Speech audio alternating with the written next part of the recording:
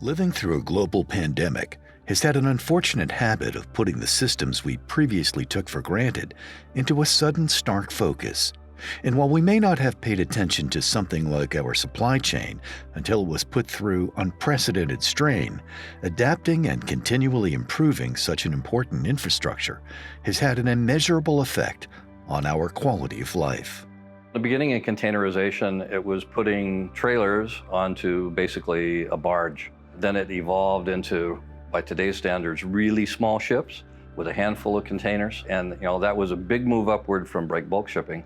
Initial container ships, full container ships, were at the time considered to be huge, 2,000 20-foot equivalent containers on a ship. Ships that are working at this terminal here today, ships that exist in the world, are over 20,000 TEUs, right? I mean, massively large ships moving huge amounts of cargo, and the efficiency gain associated with that has been massive. One of the components in the supply chain many people never even thought about was a chassis.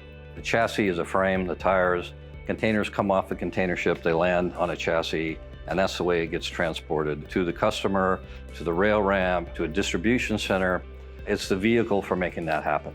And if you go back over a decade ago, it was part and parcel with the offering of a shipping company. You made a container available to your customer, it came with a chassis, nobody thought about it.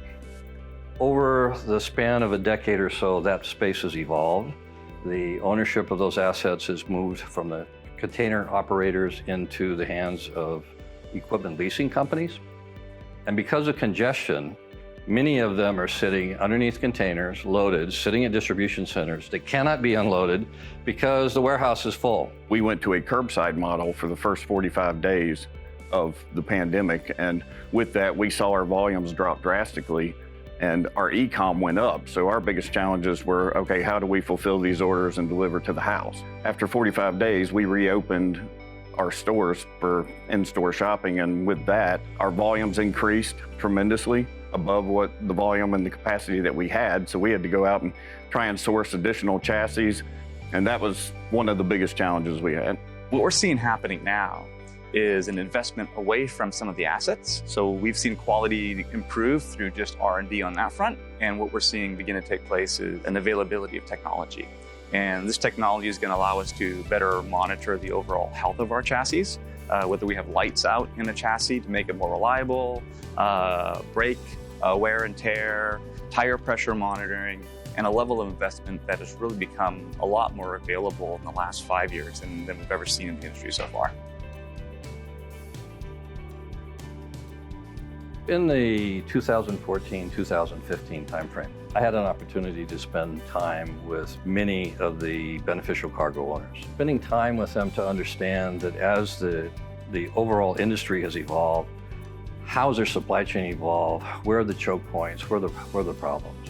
Through all of the touch points in their supply chain, there was this simple piece of equipment, a chassis, that was providing a huge amount of angst, an impact on their supply chain because it was becoming a very complex thing to manage. Recognizing that there was this opportunity, I and my partner, Van Seeds, we created the model, a startup company, American Intermodal Management, AIM. And that company was entirely new assets, deploying the technology, developing data, visibility in a way that did not exist in the space. Today, that's evolved over the last 5 years into a company that is nationwide through the acquisition of FlexiVan. And by the end of this year, we'll have 50,000 chassis equipped with this technology to provide customers with a solution, not only a chassis to move their container, in a way that's unique in the marketplace today.